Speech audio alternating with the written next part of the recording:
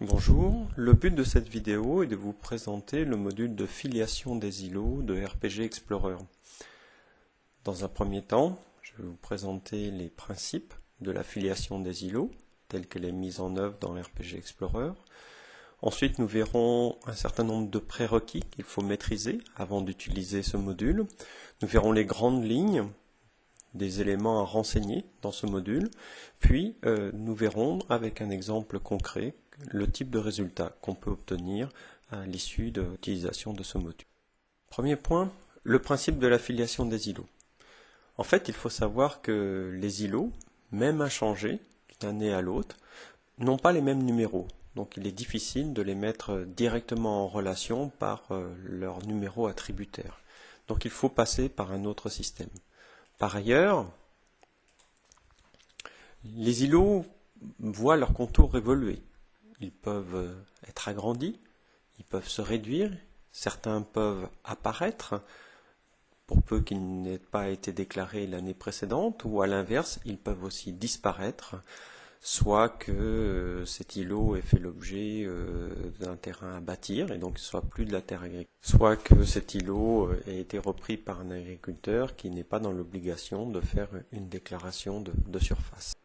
Les îlots, même s'ils sont physiquement inchangés, sont représentés par des polygones. Ces polygones sont des polygones tracés par les agriculteurs au niveau des déclarations et ils peuvent être très légèrement différents d'une année à l'autre, ce qui peut poser quelques petits problèmes pour associer les îlots d'une année à l'autre.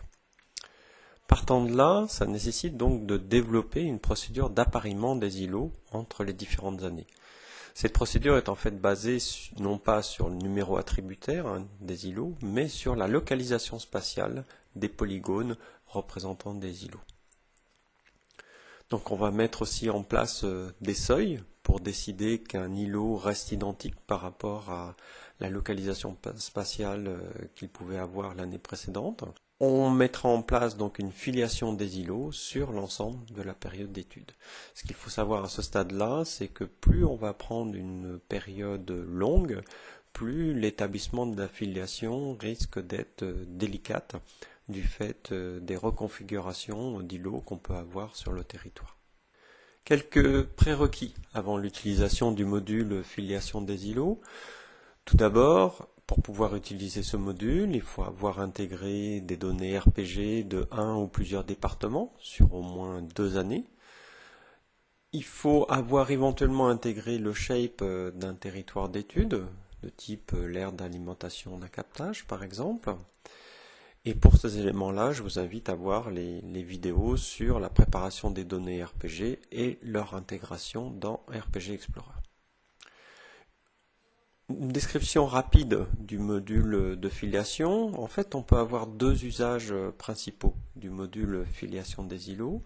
On peut avoir d'un côté une analyse des séquences de culture à 2 niveaux. On peut avoir cette analyse au niveau d'un territoire d'étude. Nous garderons l'exemple de l'aire d'alimentation de captage. C'est-à-dire qu'au niveau de cette aire d'alimentation de captage, on peut être intéressé par la séquence des cultures qu'on peut avoir au sein des îlots, notamment par rapport à des modélisations agronomiques qu'on peut avoir à partir de cette information, notamment pour des fluides nitrates ou des éléments de ce type. On peut faire cette analyse donc des séquences de culture sur un territoire d'étude particulier, limité à ce territoire d'étude, mais on peut aussi s'intéresser au territoire d'exploitation concerné par le territoire d'étude.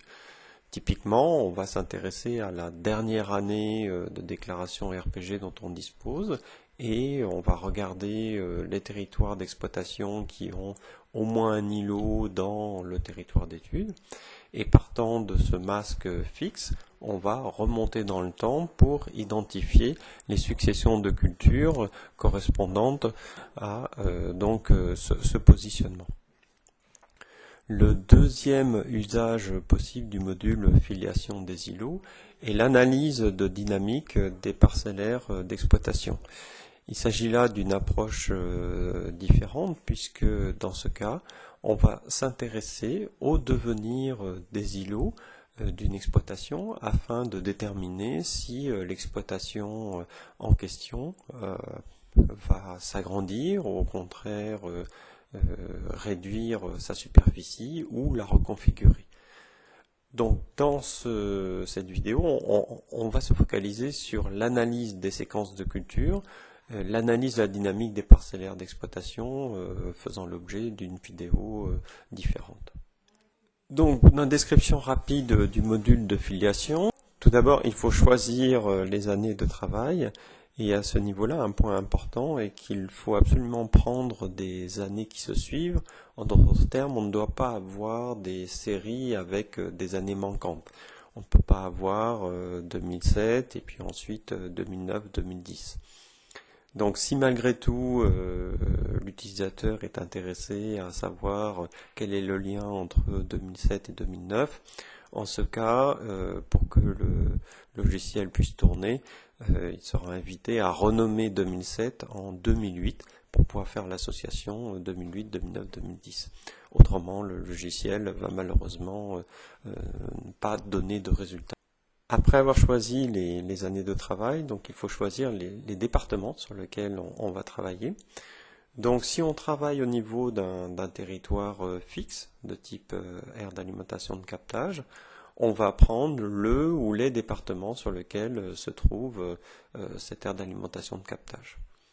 Si on travaille au niveau des exploitations concernées par cette aire d'alimentation de captage, territoire fixe d'une autre nature, dans ce cas-là, on peut être amené à élargir le nombre de départements concernés, car il est possible que les exploitations de ce territoire, qui ont un îlot dans ce territoire, aient aussi des îlots dans d'autres départements. On n'a aucune certitude que les exploitations soient localisées uniquement dans les départements sur lesquels se trouve le territoire d'étude. Donc une difficulté, effectivement, c'est qu'à partir de 2010, les numéros d'exploitation sont différents pour une même exploitation qui a des terres sur deux départements. Eh bien, on aura deux numéros d'exploitation différents, un sur chaque département. Donc cela complexifie un petit peu la reconstitution des territoires d'exploitation, mais on a un certain nombre de procédures développées au niveau de RPG Explorer qui permet de retrouver ces territoires avec un assez bon degré de certitude. Nous allons donc maintenant passer à l'application concrète. Donc il s'agit de la filiation des îlots sur l'aire d'alimentation de captage du vivier. Donc nous verrons cela en deux temps. Dans un premier temps, nous ferons la filiation des îlots sur le strict territoire de l'aire d'alimentation de captage. Et dans un deuxième temps, nous intéresserons donc à la filiation des îlots pour les territoires d'exploitation ayant au moins un îlot dans l'aire d'alimentation de captage concerné. En prenant pour référence la dernière année de données RPG disponibles, à savoir dans notre cas donc l'année 2010. On est maintenant devant le diagramme de RPG Explorer, donc ce qui nous intéresse c'est la filiation des îlots, donc on va donc cliquer à ce niveau-là. À ce niveau, donc on affiche le menu pour vérifier qu'on est bien connecté au serveur et on va créer donc le dossier sur lequel on va vouloir travailler. Donc on va l'appeler filiation vivier. On valide et on va regarder donc les options. On va d'abord sélectionner donc le bac vivier qui est celui sur lequel on veut travailler, le département sur lequel il se trouve, donc qui est le département 79 des Deux-Sèvres. Donc on souhaite intersecter les données avec l'espace écologique qui est le bac vivier et on va voir sélectionner les îlots qui sont à l'intérieur. Si on regarde les paramètres de filiation, donc on voit qu'il y a différentes options. Donc on ne va pas les modifier à ce stade-là. On va retourner sur territoire de la filiation et on va sélectionner les années qui nous intéressent, donc 2007 à 2010, tout sélectionner, et on peut à ce niveau-là lancer donc la filiation des îlots. Donc on commence par sélectionner donc les îlots pour chacune des années et ensuite le logiciel va faire l'intersection entre les différentes années en commençant 2010, 2009, 2008, 2007 puisqu'on n'a pas coché l'ordre chronologique, donc ça se fait de manière antéchronologique à ce niveau-là. Donc ça se déroule, bon ça dépend un peu de la puissance de l'ordinateur, mais là donc on est 2008, 2007, et hop, on a le résultat. Donc au niveau des statistiques, donc on peut avoir les surfaces, bon qu'on passe, c'est pas très important à ce niveau-là. Ce qui est important, c'est de vérifier qu'il n'y a pas eu d'erreur en fait au niveau du déroulement. Donc c'est le cas, donc on ferme. Et ce qui va nous intéresser maintenant, c'est de voir finalement le résultat. Donc on va sur exportation, on va dans le dossier qu'on a créé, Filat Vivier, et puis on voit donc la table qui a été créée, dans laquelle on a un certain nombre d'informations, dont notamment territoire îlot, donc ça nous dit que le 1, ça correspond au shape du vivier. Donc tous les îlots ont 1, donc ça se trouve à l'intérieur du vivier. Et à côté de ça, on a les informations sur la qualification de l'affiliation, savoir si c'est stable ou si l'îlot est stable ou s'il disparaît ou s'il apparaît. Donc là, on voit à ce niveau-là qu'on a un îlot où il est stable, puis ensuite il disparaît. Effectivement, on voit qu'en 2007, il est présent, 2008 aussi, 2009, et puis 2010, donc il y a une disparition, une absence. Donc ça veut dire que entre 2009 et 2010, l'îlot a disparu. On voit qu'il y a la colonne géométrie, qui veut dire qu'on peut projeter donc sous forme de shape la table en question. Donc on va l'exporter. Donc en appuyant sur le bouton SHP vers le haut, on l'enregistre dans Shape Results, et puis une fois, donc on ne l'ouvre pas avec l'option proposée, mais on va l'ouvrir avec QGIS à notre niveau. Donc on lance QGIS. Ensuite, une fois que QGIS va être lancé, on va pouvoir aller ouvrir la table qu'on a créée, donc parcourir. Shape Results, on a une seule table, donc c'est facile, on va pouvoir l'ouvrir. On ouvre la table. Et là, donc, on a la forme de l'AAC du vivier. On peut ouvrir la table attributaire. Donc, on retrouve exactement les informations qu'on avait dans la table tout à l'heure. Mais cette fois, donc, on l'a sous forme de shape. Donc, on peut visualiser très clairement les îlots et l'affiliation des îlots.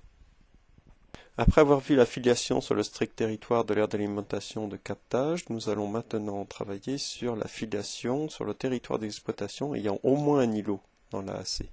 À ce niveau-là, l'opération est identique à ce qu'on a vu tout à l'heure. On va d'abord créer un dossier spécifique de travail. Donc on va l'appeler Filat Vivier EX pour exploitation. Donc on valide. Et ensuite, il va falloir paramétrer, donc tout d'abord choisir le bac du vivier, puis déterminer qu'on intersecte, mais en sélectionnant les territoires d'exploitation dont une parcelle est sur le territoire. On est sur le département 79, mais on peut avoir aussi des exploitations sur le département 85. On sélectionne l'ensemble des années et on prend l'année de référence 2010. Dans le PowerPoint de présentation initiale, j'avais signalé qu'à partir de 2010, les identifiants des exploitations pour une même exploitation n'étaient pas le même si cette exploitation avait des îlots sur deux départements différents. On a donc développé des procédures dans RPG Explorer. Donc il y en a une qui s'appelle identification à la frontière. Qu'est-ce que ça veut dire? Ça veut dire qu'en fait, à partir de 2010, les données RPG comportent pour chaque département un halo d'îlots en bordure de département, ce qui fait que les départements ont tendance à se recouper. Donc avec ce recoupement, il est possible pour les exploitations qui ont des îlots dans cette zone de bordure de retrouver le numéro d'exploitation qui leur correspond pour un département et pour l'autre. Donc ça c'est un mode de restauration des numéros d'exploitation répartis sur deux départements. On a un deuxième mode de travail qui consiste à travailler avec les informations de description des exploitations agricoles. Donc là, on n'a pas le même degré de certitude, mais on va travailler sur l'identification de la surface totale, l'identification du siège d'exploitation, et on va faire des recoupements entre les exploitations de part et d'autre de la frontière des départements pour arriver à recouper et à reconstruire les territoires d'exploitation qui pourraient paraître incomplets. On peut regarder les paramètres de l'affiliation, mais à ce niveau-là, donc on ne va pas les modifier. On va donc retourner ensuite au niveau du territoire de l'affiliation pour finalement lancer l'affiliation des îlots.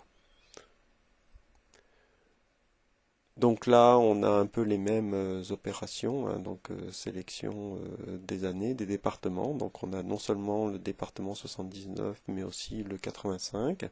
On passe les 4 années et donc on arrive très rapidement aux résultats qu'on va avoir au niveau des tables.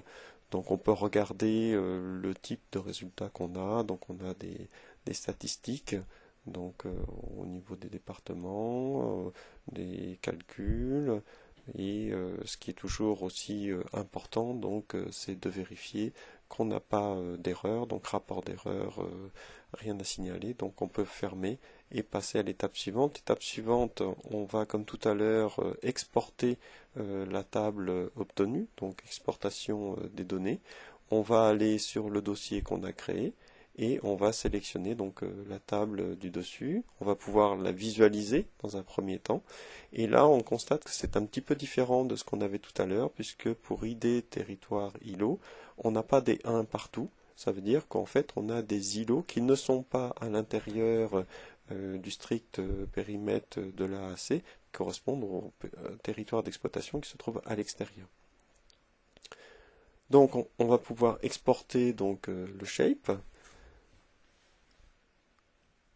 On l'enregistre. On lance, une fois qu'on a fait cela, donc on lance QGIS, ce qui va nous permettre de charger la couche qu'on vient de créer. Donc c'est TEA, on ouvre, et là on voit une tâche plus large que tout à l'heure. Donc on va repérer l'AAC, on va le recharger à nouveau pour voir qu'effectivement on a des îlots qui sortent de l'AAC, correspondent au territoire d'exploitation. On va regarder les îlots du département 79 pour voir l'emprise de ce département et voir effectivement l'apport du département 85. On voit qui est à l'ouest, donc on voit effectivement qu'on a quelques îlots donc en vert, qui correspondent à des territoires d'exploitation qui se situent dans le département 85 que RPG Explorer donc, a permis de récupérer de cette manière. Voilà, donc on a ainsi les territoires d'exploitation pour la référence 2010 sur le département 79 et 85 correspondant aux exploitations ayant au moins un îlot dans l'AAC du Vivier.